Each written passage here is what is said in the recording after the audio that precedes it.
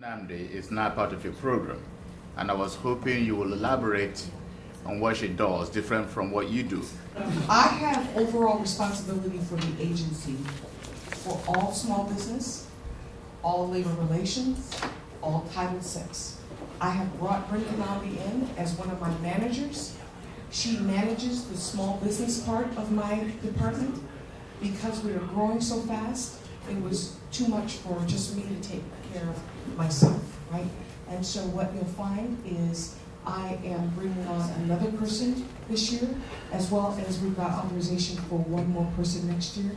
So as we continue to go north, we go south, we go east, it is just too much for me. So I've got a span breaker, and that if you have any questions about small businesses or DBE participation at Sound Transit, you would contact them.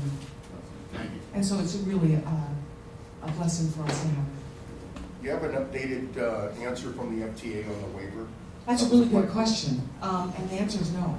What he's asking about is through our disparity study, one of the things that we found is that females no longer were, they were not one of the groups that we had disparity in. And remember, when you look at all of the individuals who are deemed socially and economically disadvantaged. With our disparity study, one of the things that we did is we sent a waiver to FTA asking us to waive women out of our DBE goal-setting process. We sent that letter to FTA. We sent a follow-up letter to them asking them just a kind of a gentle reminder, what's going on. And we have not heard. All we know is that it's with the Office of Civil Rights, and they have not yet responded. I see that you had an updated list for the people looking for jobs and whatnot. That's great. Do you have one for contractors? An updated list, the type of contractors that are utilized on Sound Transit projects? When you say list of contractors, what do you mean? Type of contractors, women-owned, minority-owned. Oh, absolutely. You know, an updated breakdown of that. Yes, yes. I know. I think his question is, do I know the names of the companies or the list of companies that are working for Sound Transit? I know by project, by name, by dollar of every small businesses that have worked on our project. And so yes, we have that. We can break that down by ethnicity. We can break it down by women. We can slice and dice that data pretty well. Now, I want to go back to his first question about the waiver, because I think it's important. From a legal standpoint, until such time as we receive authorization from FTA, we are moving along as business as usual, and that means that women are still in our program.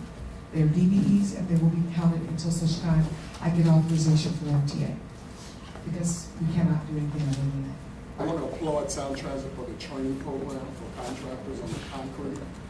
And I was hoping that you guys could move forward in the future and create something like a jobs program. A lot of us contractors can't afford to come to training during the day because we need to run our businesses, and during the evening we're just tired. So back in the day when I first started my business, we learned on-the-job training by doing a project, small projects, making money.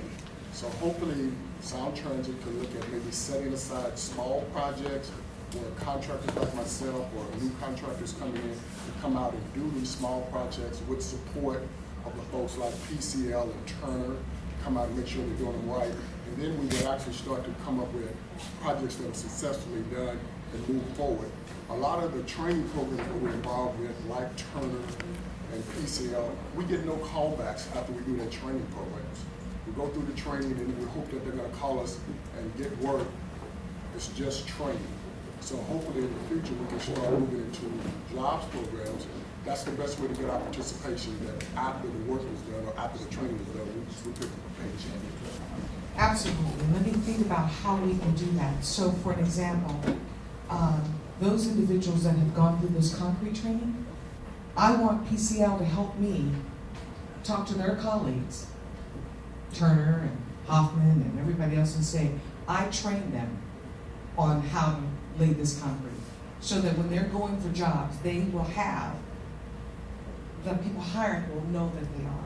But I have to think about how we would do that I don't know how we would do it in terms of a set aside or what, but I will think about how we would do that. So for an example, with, I just talked to the Turner School the other day, and so maybe, I was thinking maybe I could bring Centennial or Forma down there that do job contracts and introduce and have a little session just for those people that just finished Turner. So I'll think about that, Lynn, in terms of how we might be able to do that.